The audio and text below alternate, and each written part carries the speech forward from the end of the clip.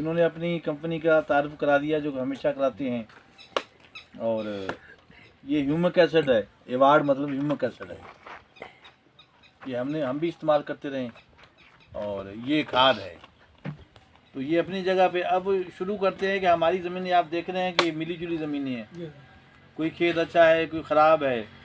तो हमारे यहाँ तो पहले ही रूटीन है कि जहाँ गोबर की खाद दस्तियाब है, भाण मालजो भाण, वो तो हम पहले ही देते हैं, जितना दस्तियाब हो जितना भी हो, उससे भी काफ़ी हद तक जो ज़मीन की ज़रख़ेज़ी है वो बहाल रहती है। लेकिन फिर ये है कि बाज़ औक़ात बारिशें ज़्यादा हो जाती हैं तो वाटर लेवल ऊपर आ जाता है, तो साथ में नमक भी ऊपर आ जाता है। इसी इन्होंने जो बताया था ना, इसी कि 200 से 400 होनी चाहिए, हमारे यहाँ 600 700 800 है, तो वो नमक है। जो आप देखते हैं ना पानी ऊपर आ जाता है तो नमक कीड़ियों की चोटियों पे आपको नज़र आता है, वो नमक है। जब नमक ज़मीन में ज़्यादा होगा या पीएच ज़्यादा होगी तो ये खादें जो जितनी भी हम डालती हैं, डीएपी यूरिया वगैरह, ये कम असर करती हैं। बिल्कुल। तो उसके लिए उन्होंने ये हल निकाला है कि एक तो ये अपना जो ह्यूमिक एसिड है, ये भी वक्ती तौर पे शुरू में जब हम देते हैं बिजाई के टाइम पे तो ये पीएच कम करता है और ज़मीन की ज़रख़ेज़ी बढ़ाता है। फिर ये जो खादें हैं इनकी पीएच 2 है, जैसे ज़मीन की पीएच हमारी 8.5 हो तो वही चीज़ असर करेगी जिसकी पीएच 8.5 से कम हो। जिसकी 8.5 से ज़्यादा है वो कम नहीं करेगी। इन्होंने बताया कि डीएपी की जो है ना वो 8.5 है, तो डीएपी उसमें हल नहीं होगी और आपकी डीएपी जो फिक्स हो जाएगी पौधे को मिलेगी। जैसे भाई ने अभी थोड़ी देर पहले बैठे थे तो उन्होंने कहा कि भाई मैंने डीएपी डाली थी और बराबर वालों ने एक बोरी नाइट्रोफॉस की डाली थी और उनकी जो गंदम का कद मेरी जो है ना वो गंदम के कद से ज़्यादा था। तो मैंने यही कहा कि वो नाइट्रोफॉस जो डाली है उनकी पीएच कम है और आपने डीएपी डाली है उसकी पीएच ज़्यादा है, तो वो पौधे को दस्तियाब हो गई। आ वाली डीएपी जो है ना पूरी दस्तियाब नहीं हुई। हो सकता ये है कि फास्फोरस बाद में मिली हो, दानों में कहीं फ़र्क आ जाए, लेकिन शुरू में कोई फ़र्क नज़र नहीं आया। हालांकि डीएपी में फास्फोरस है 40% और नाइट्रोफॉस में फास्फोरस है 20%, मतलब आधे से भी ज़्यादा का फ़र्क है। लेकिन रिजल्ट नाइट्रोफॉस ने इसलिए दिया कि उसकी पीएच 6-7। अब आप अगर गूगल पे जाएंगे और सर्च करेंगे कि ज़मीन में माइक्रोन्यूट्रिएंट्स और फर्टिलाइज़र कौन सी पीएच पे एक्टिव होती है, स्किल आ जाएगा। उसमें मैंने बड़े गौर से देखा है कि जब आपकी ज़मीन की पीएच 6.8 हो तो नॉर्मल 7 है ना, 7 से भी थोड़ी सी कम 6.8 ही समझो नॉर्मल रेंज में आती है।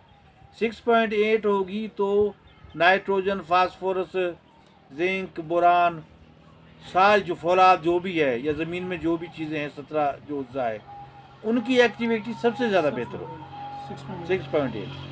और हमारी ज़मीनों की पीएच अगर टेस्ट हम तो करवाते नहीं, अगर करवाएंगे तो जो अच्छी ज़मीनें हैं उनकी भी 8 से, टंडवालायार की ज़मीनों की भी 8, 8.5 से ज़्यादा होगी। पंजाब की ज़मीनों की भी 8 से कम नहीं है, हालांकि देखने में बिल्कुल सफ़ेद है, अच्छी ज़मीनें हैं। अच्छा, पीएच क्यों बढ़ी है? पीएच ऐसे बढ़ी है कि जैसे हम ज़्यादा पीएच वाली खाद मुसलसल देते रहें,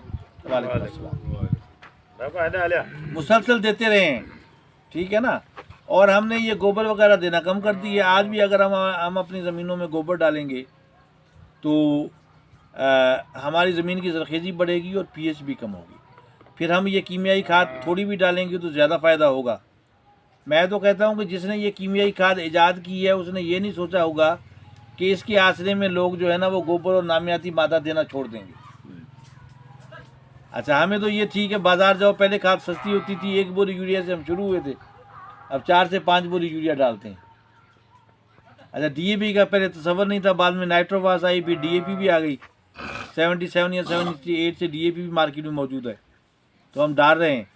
तो अभी हमें फास्फोरस भी ज़मीनें कम होगी, जो है वो एक्टिव नहीं होती। एक्टिव इसलिए नहीं होती कि पीएच ज़्यादा है। अब ये है कि ये इन खादों की भाईजान ने बताया है कि नाइट्रोफॉस की पीएच 2 है, तो ये होगी तेज़ाबी। तेज़ाबी का मकसद ये है कि आप अगर नमक की पीएच लेंगे तो वो होगी 14, तेज़ाब की पीएच लेंगी तो वो होगी 1 या 0। तो ये नीचे की तरफ जो खाते पीएच जो नीचे की तरफ समझो तेज़ाबी हैं, ठीक है ना। तो ये सल्फ़र वगैरह डालते हैं या ऐसी कुछ चीज़ें डालते हैं इसमें तेज़ाबी किस्म की जो खाद की जो केमिस्ट्री है उसमें बनाते वक्त तो पीएच इनकी ये कम करते हैं सारी चीज़ों की। तो वो दस्तयाब है 100%। सादी सी मिसाल ये है कि एक बंदा 2 रोटी खाता है, ये भी है 2 रोटियाँ, और ये है आधी रोटी, और एक बंदा 2 रोटियाँ खाता है उसकी 2 ही हज़म नहीं होती, और एक बंदा आधी रोटी खाता है उसकी आधी हज़म हो जाती है। ठीक है ना। तो फ़ायदे में वो है जो आधी खाए और आधी हज़म करे, जो 2 खाए और हज़म हो ही नहीं। बाबा इनकी मूवी ठाहे ही हाणे ही ज़रात सां गॾु आहे न, ही बि एग्रीकल्चर सां गॾु आहे, वठे वञो हिंदी मूवी ठाहे ही भी घुमंदो फिरंदो आयो आहे। तो अब मकसद ये है कि उस किस्म की खादों का हम इस्तेमाल करें जिनकी पीएच कम है।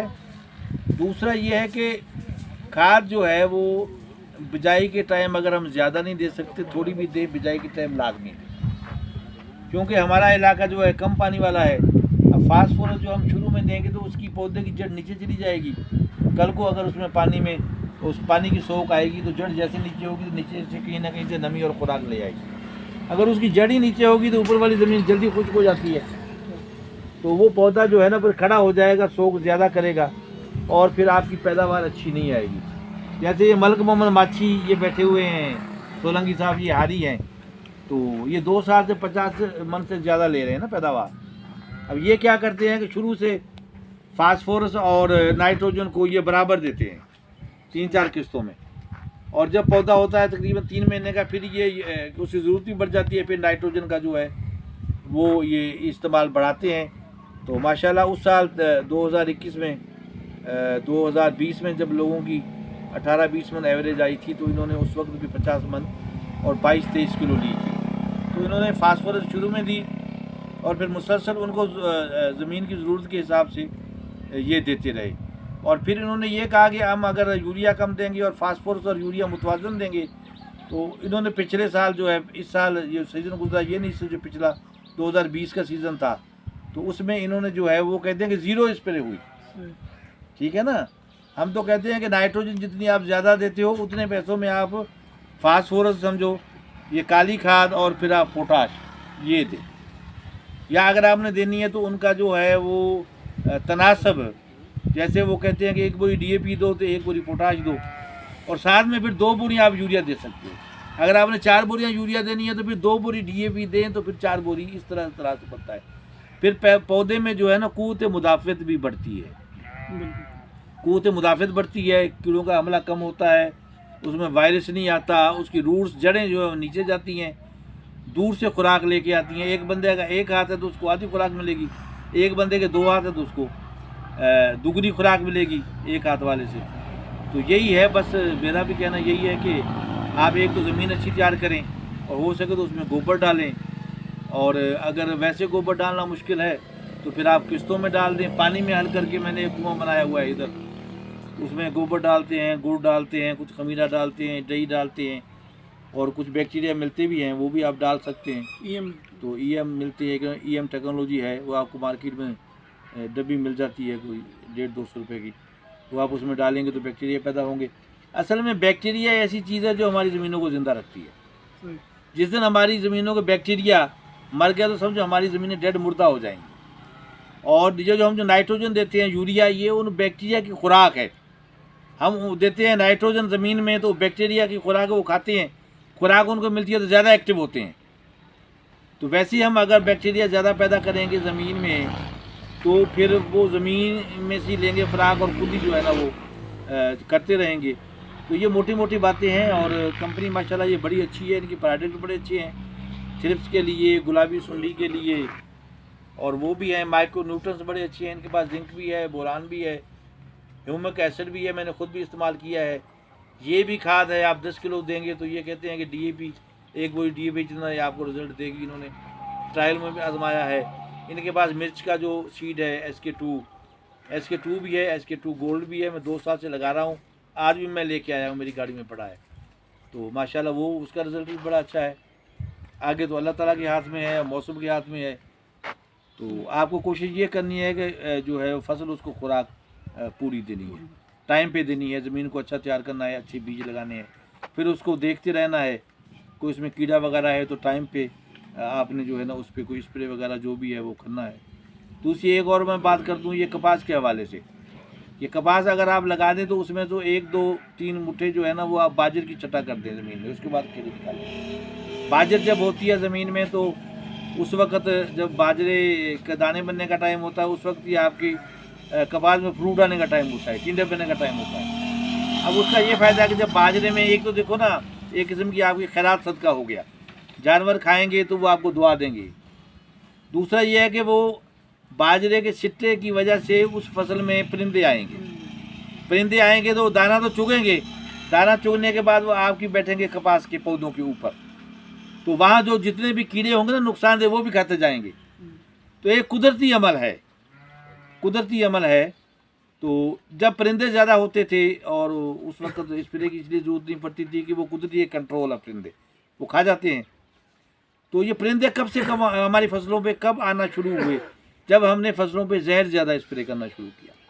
तो पौधों ने जो है वो जहर की वजह से, उसकी स्माइल खुशबू की वजह से हमारी फसलों का रुख करना छोड़ दिया।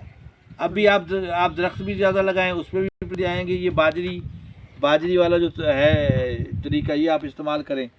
आप बेशक जो है ना वो आपके 10 से 15 पौधे हों एकड़ में, और जुरेब में जो है आधा एकड़ है उसमें 8-10 पौधे हों, चौथ में 4-5 पौधे हों, लेकिन हों ज़रूर। या साइडों में बीच में जो बने हम जिसको कहते हैं प्लाट का जो बना होता है, या जो चौथ को और आधे एकड़ को जो अलग अलग करता है उसके दोनों साइडों में चुगी भी लगा सकते हैं।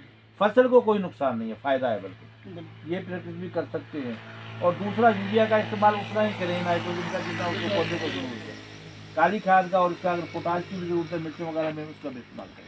बड़ी मेहरबानी दोस्तों की जो यहाँ तशरीफ लाए हैं, बड़ी मेहरबानी शौकत साहब की, बड़ी मेहरबानी मुश्ताक लिगारी साहब की जो हमारे फील्ड असिस्टेंट ऑफिसर हैं यहाँ पे DGC कंपनी में जुड्डो में और सराउंडिंग एरिया में।